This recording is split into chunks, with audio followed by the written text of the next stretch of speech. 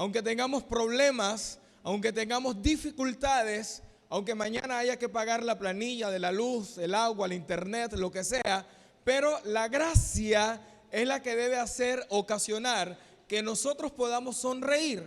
Usted no necesita ser apellido Alegría como yo para poder sonreír. Usted puede sonreír, aunque tenga apellido Bravo, pero usted puede sonreír. Amén. Ok, quiero ir a la palabra y van a ver en las pantallas la imagen de un hombre y una mujer. Este hombre que aparece ahí se llama Justin Brooks y él es el fundador y el director del California Innocence Project, el proyecto California Inocente. Es un proyecto sin ánimo de lucro que por más de 25 años ha librado literalmente a las personas, a unos de ir a la cárcel, a otros de ser inyectados, permítame la redundancia, con una inyección letal, es decir, que los ha salvado de la muerte, los ha librado de la muerte. Es un abogado que tiene un proyecto de Inocencia California, con un grupo de abogados también, personas especialistas en derecho. Quiero que mantenga la imagen ahí. Cuando Justin era joven, era un joven profesor en la Universidad de Michigan, vio un caso en el periódico que le llamó la atención. Era un informe sobre una mujer llamada Marilyn Mulero, una mujer de 21 años que había sido condenada a muerte por un doble asesinato en Chicago. Después de que su equipo legal, el equipo legal de Marilyn, después se conoció que no fue el equipo legal y la fiscalía, sino los detectives que alentaron a Marilyn a aceptar un acuerdo con la fiscalía por el que ella renunciaba a la oportunidad de tener un juicio ante un jurado. En otras palabras, le dijeron: Marilyn, acepta los cargos de que tú asesinaste a 2 personas. Entonces, cuando ella acepta los cargos, prácticamente la condenaron a muerte y no tuvo la oportunidad de un juicio ante un jurado. Usted sabe que en los Estados Unidos, no sé si acá, no sé cómo sean las leyes, pero en los Estados Unidos, además del juez, además del fiscal, además del abogado, además de los acusadores y de los defensores, hay un jurado, o sea, un número, una cantidad de ciudadanos que van a poder analizar los casos, y a eso se le llama jurado. Brooks se interesó en la mujer y en por qué ella había aceptado el trato con la fiscalía. Cuando comenzaron a investigar aquel primer asunto, Brooks y sus ayudantes encontraron varias fallas en la investigación policial y en el caso de la defensa. Entre ellos, o entre las fallas, estaba el hecho de que el interrogatorio a la sospechosa duró 14 horas. Una investigación más exhaustiva halló que los abogados de la mujer no habían visitado la escena del crimen ni recolectado las pruebas, lo que significa que dependían de las declaraciones de los testigos únicamente. Cuando el mismo Brooks visitó la escena, descubrió que una testigo clave había mentido sobre la visibilidad que tenía para captar lo que sucedió desde la ventana de su apartamento, porque los obstáculos y el ángulo de su casa lo hacían imposible. Mulero, la mujer Marilyn, finalmente salió de la cárcel en abril del año 2022. Escuche esto: 25 años después de que Justin y sus estudiantes comenzaron a investigar. Ahora Marilyn tiene un nuevo trabajo y ella se ha reunido con su familia. La verdadera asesina o la verdadera culpable de este doble asesinato, llamada Jackie Montanez, ha admitido ahora que ella planeó sola el asesinato. Quiere decir esto que Justin, este hombre, este abogado que estaba leyendo su Instagram y hace un par de días publicó que él va a dejar ya el proyecto California Inocente. Usted lo puede googlear o usted lo puede seguir en Instagram a este abogado.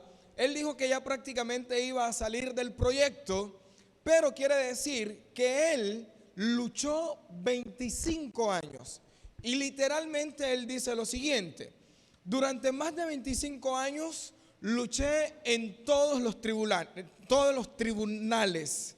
Y cuando recibí la llamada sobre la liberación de Marilyn, literalmente no podía hablar, dice este abogado. Comencé el caso cuando tenía 29 años, o sea, casi mi edad. Comencé el caso cuando tenía 29 años y terminó cuando tenía 55. Fue emotivo, dice él. Los estudiantes de derecho que me ayudaron ahora son personas de mediana edad, o sea, están entre los 40, 45 aproximadamente. Son personas de mediana edad ahora. Y ellos lloraron mucho cuando le conté la noticia. Yo me preguntaba, ¿qué habrá motivado a este hombre a defender a esta mujer? Fue su primer caso de defensa de inocencia, totalmente gratuito. ¿Qué habrá motivado a este hombre a poder fundar este proyecto de inocencia llamado California, que por más de 25 años han librado de la muerte y de cárcel a personas sencillas como Marilyn, pero también a jugadores de fútbol americano? ¿Qué habrá motivado a que por 25 años 40 personas hayan evitado ir a la cárcel o incluso se hayan librado de la muerte? Bueno, yo te quiero contar una historia de una mujer que no era inocente. De hecho, los que la expiaban tampoco eran inocentes. Los fisgones tampoco eran inocentes. A esta mujer la encontraron en el acto de adulterio. Es decir, ella estaba teniendo relaciones sexuales con un hombre que no era su esposo.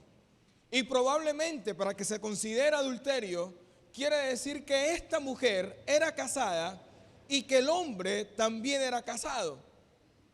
Y ellos estaban cometiendo adulterio. Quiere decir que ella no era inocente como Marilyn Mulero, pero ellos, los que la fisgoneaban, los que la expiaban, los que la acusaban, tampoco lo eran.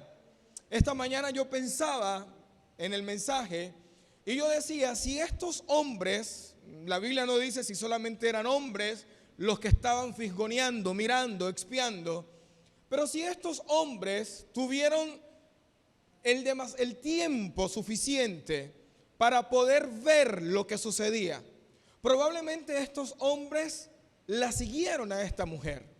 Probablemente estos hombres habían analizado toda la relación ilícita, la relación clandestina que ella tenía con un hombre que no era su esposo.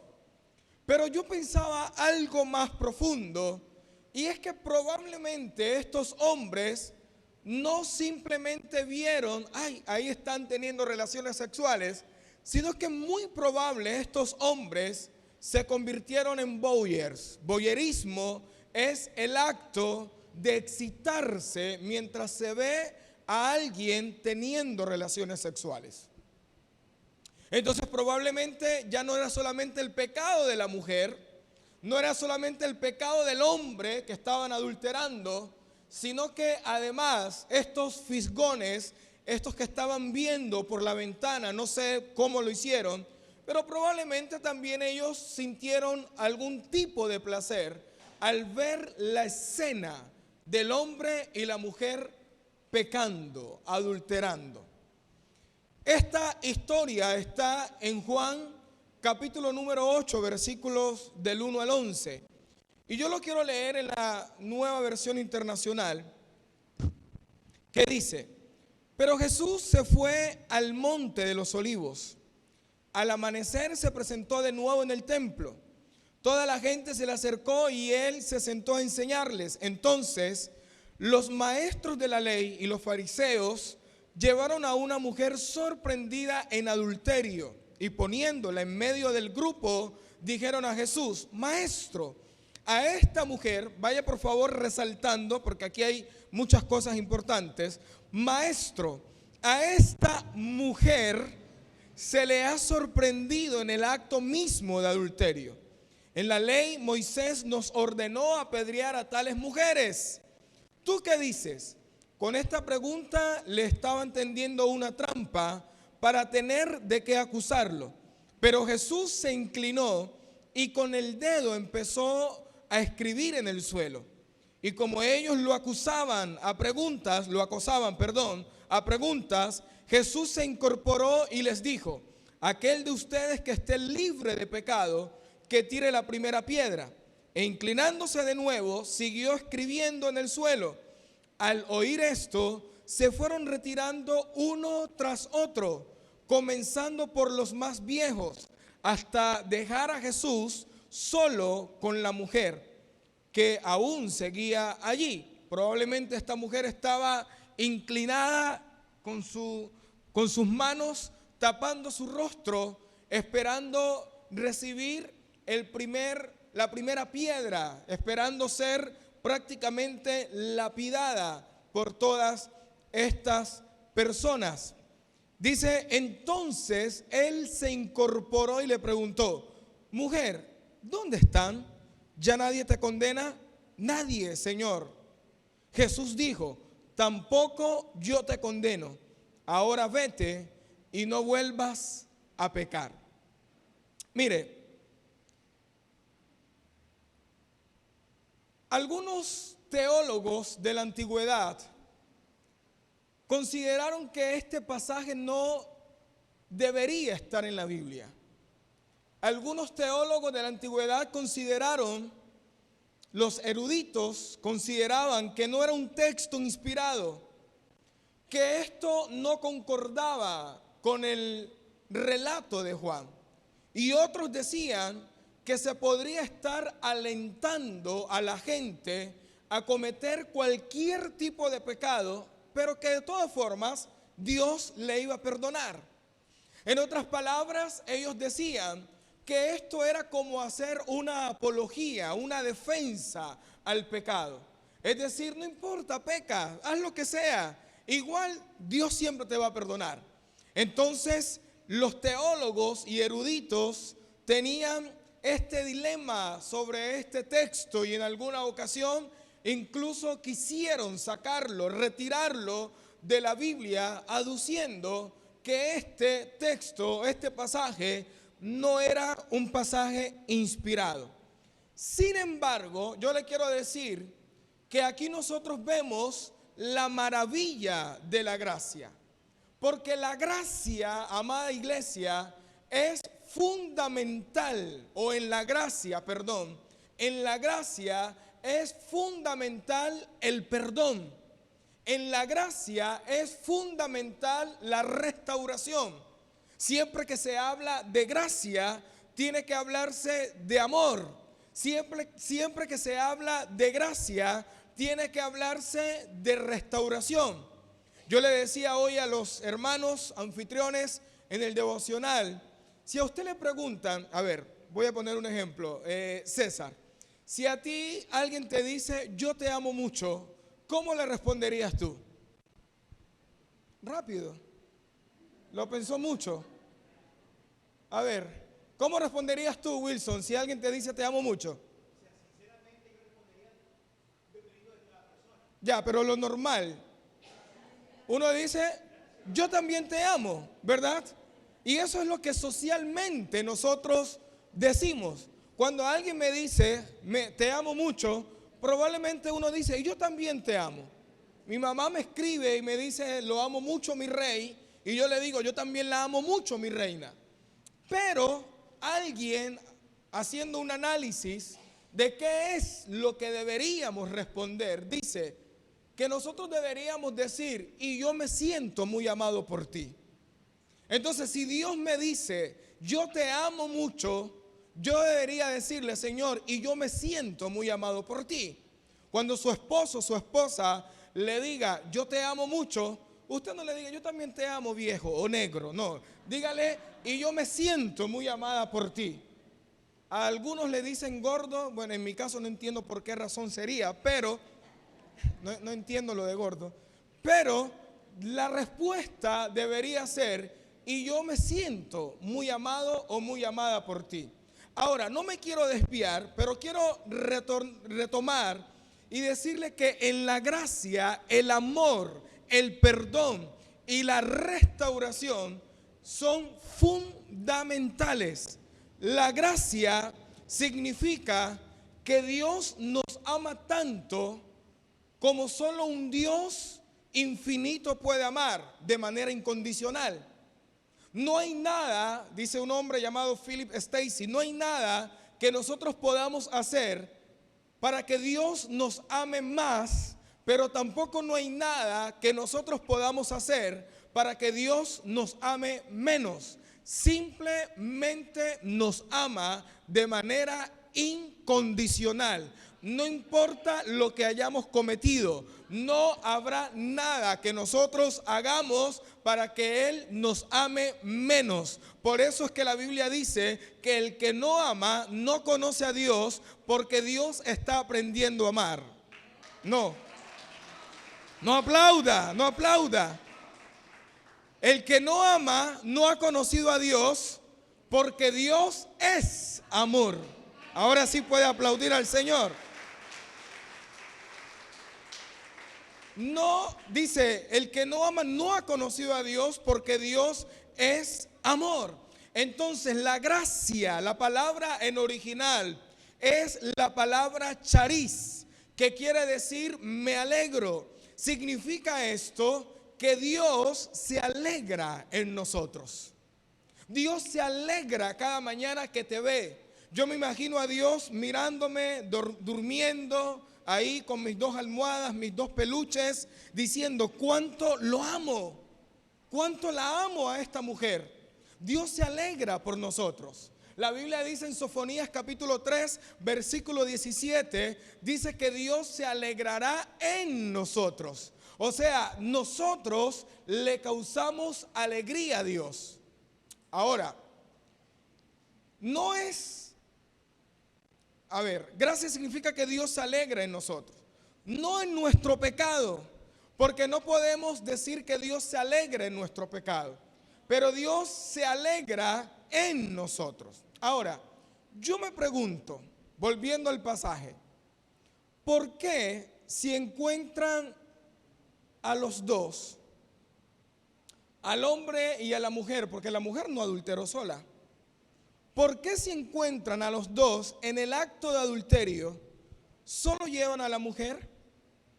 La Biblia dice, Deuteronomio capítulo 22, versículo 22 dice: si se encuentra a un hombre teniendo relaciones sexuales con la esposa de otro hombre, ambos deben morir, tanto el hombre que tiene relaciones con la mujer. De esa manera quitarás la maldad de Israel. Ambos.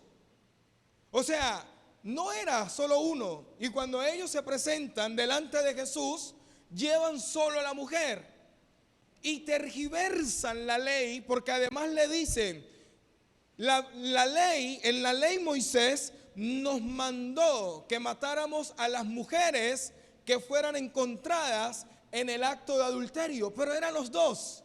La ley era clara. La segunda pregunta es: ¿por qué si los maestros de la ley y los fariseos promovían la enseñanza, ahora interrumpen a Jesús cuando estaba enseñando? ¿Sí o no? Porque la Biblia dice que Jesús estaba enseñando ¿dónde? En el templo.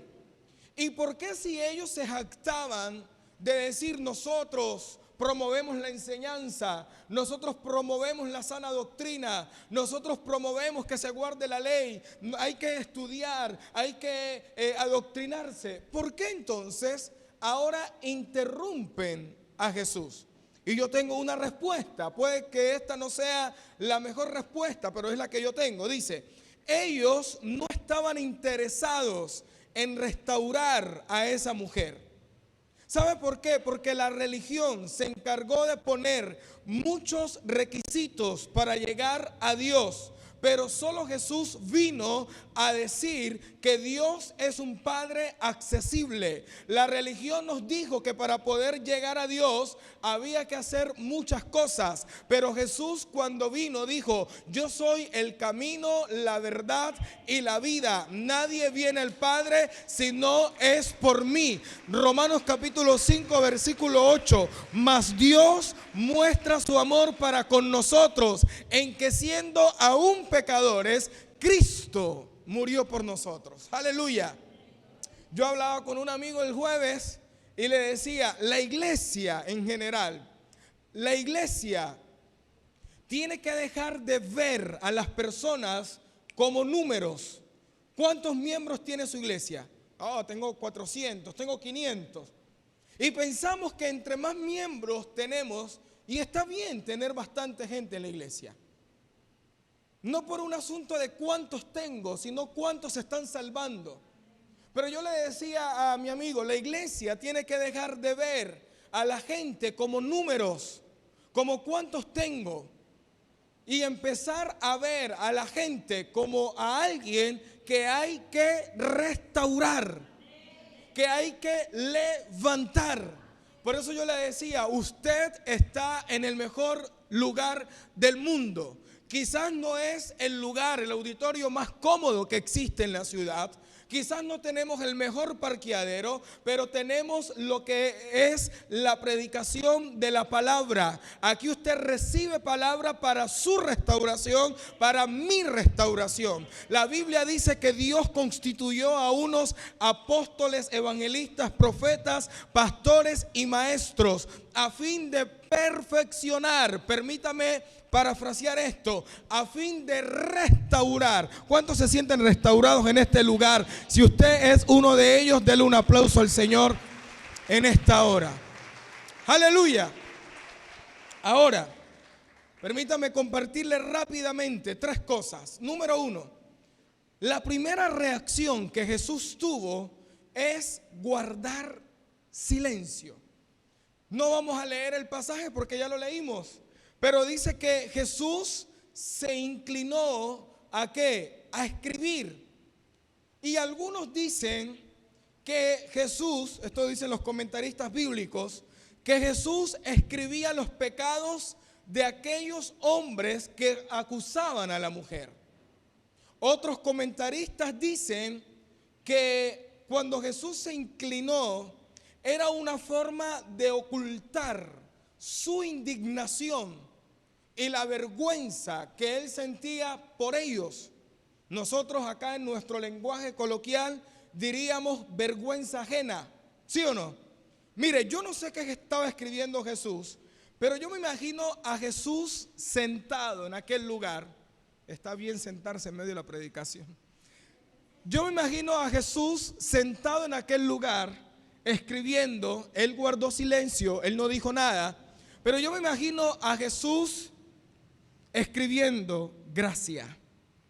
Y cuando ellos lo acosaban a Jesús diciendo, hay que apedrearla, la ley de Moisés dice que hay que matarla, es una pecadora. Y yo me imagino a Jesús diciendo gracia. ¿Sabes qué? De la misma manera cuando te acusan, de la misma manera cuando ya no dan nada por ti, de la misma manera cuando te desechan, de la misma manera cuando creen que tú eres un caso perdido, que para ti no hay solución, que ya es lo último, Jesús sigue escribiendo gracia. Jesús sigue escribiendo gracia. Jesús sigue escribiendo gracia. Aleluya. Por eso me encanta hablar de la gracia, porque aunque no la comprendo, aunque no la entiendo, pero disfruto de su gracia. disfruto de su amor, disfruto de su perdón, disfruto de su misericordia. Un hombre llamado Don Carson dice, escuche esto, si hemos vislumbrado al menos algo de la magnitud de la deuda que tenemos con Dios, el perdón a los demás no nos parecerá un salto tan grande.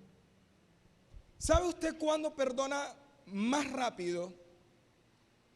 Y no que perdono pero no olvido, no. O prohibido olvidar, no. Pero ¿sabe usted cuándo perdona más pronto? Se le hace más fácil perdonar. Y el perdón es una decisión. No, cuando yo sienta perdonar, nunca vas a sentir. Es una decisión. Así como decides amar, también decides perdonar. Pero ¿sabes cuándo se nos facilita, si cabe el término, perdonar? Cuando nosotros entendemos que nos perdonó Dios. Cuando nosotros somos conscientes de que nos perdonó. Cuando nosotros somos conscientes de la gracia. Por lo tanto, la gracia nunca debería ser vista, nunca debe ser vista como una licencia para pecar deliberadamente. Al contrario, mientras más consciente soy de la gracia, más voy a procurar mantenerme en santidad para Él. Mientras más soy consciente de la gracia, más voy a tener un compromiso para Él, más le voy a querer agradar, más le voy a querer servir. Escúcheme bien, y esto no se trata de que usted y yo fuimos los más malos o los más mujeriegos, no se trata de eso. Se trata de que con toda nuestra educación nosotros no podíamos salvarnos sino por la gracia. Por eso es que el apóstol Pablo, cuando escribe a los Efesios capítulo 2 versículos 6 al 8, dice: por gracia son salvos, y esto no es un don de ustedes, pues es don de Dios, no por obras, para que nadie se gloríe. No había nada que yo podía hacer para alcanzar la salvación, pero Dios hizo todo lo que Él pudo hacer para que yo fuese introducido en el plan de salvación y de vida eterna. Si usted lo cree, dígame amén. Aleluya.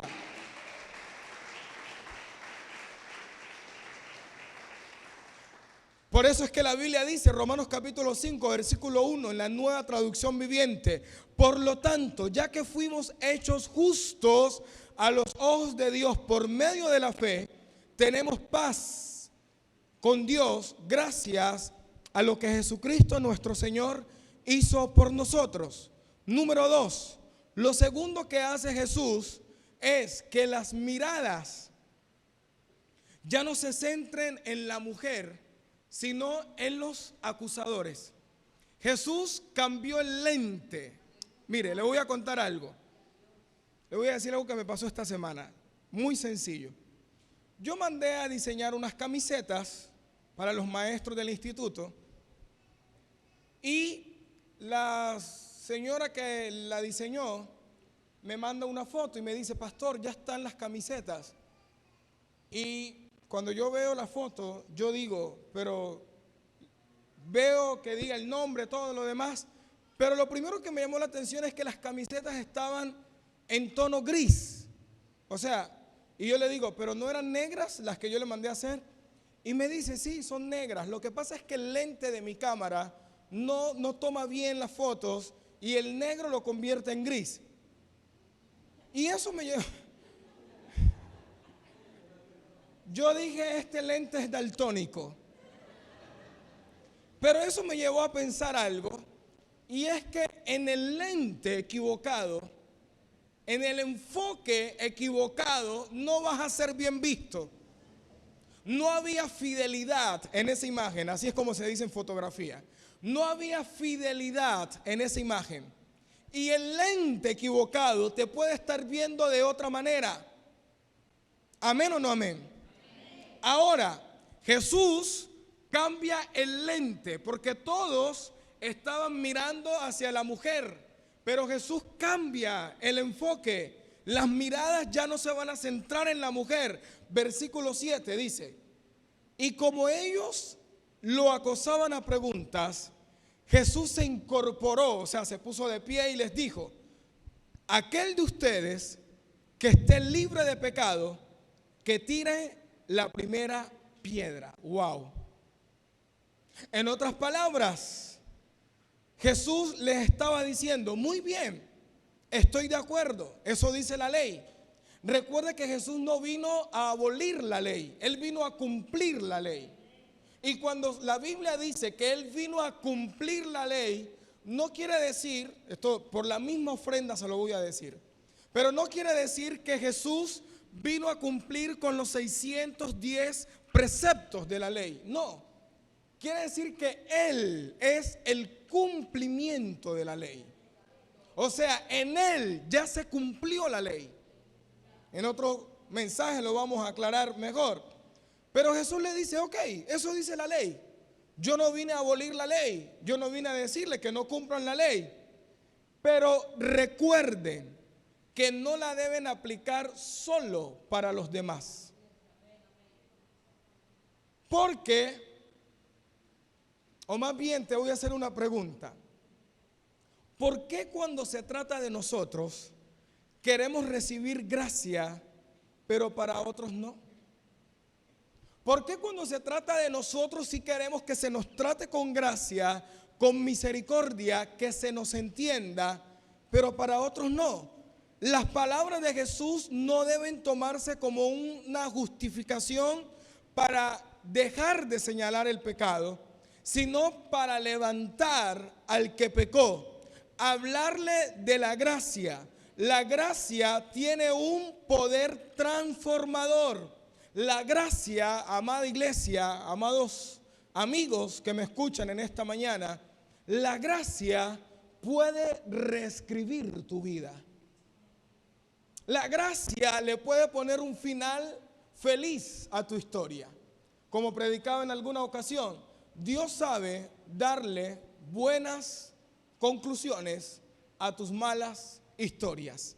La gracia, las palabras de Jesús, cuando le dice: el que esté libre de pecado, tire la primera piedra. ¿Por qué la juzgan a ella? ¿Por qué señalan la ley sobre ella, pero no también para ustedes? Y por último, lo tercero que Jesús hace es mostrar lo que Él vino a hacer. Su propósito redentor, versículo número 11, dice: nadie, Señor, le responde ella. Jesús dijo: tampoco yo te condeno. Ahora vete y no vuelvas a pecar. Mire, Jesús le ofrece a esta mujer una salida a esa vida de pecado, le ofrece salvación. Y es la salvación que se nos ofrece a todos. El que podía condenarla no la estaba condenando. El que podía apedrearla, porque dice que en él no había pecado, el que podía condenarla no lo estaba haciendo. Y yo me imagino esa ternura.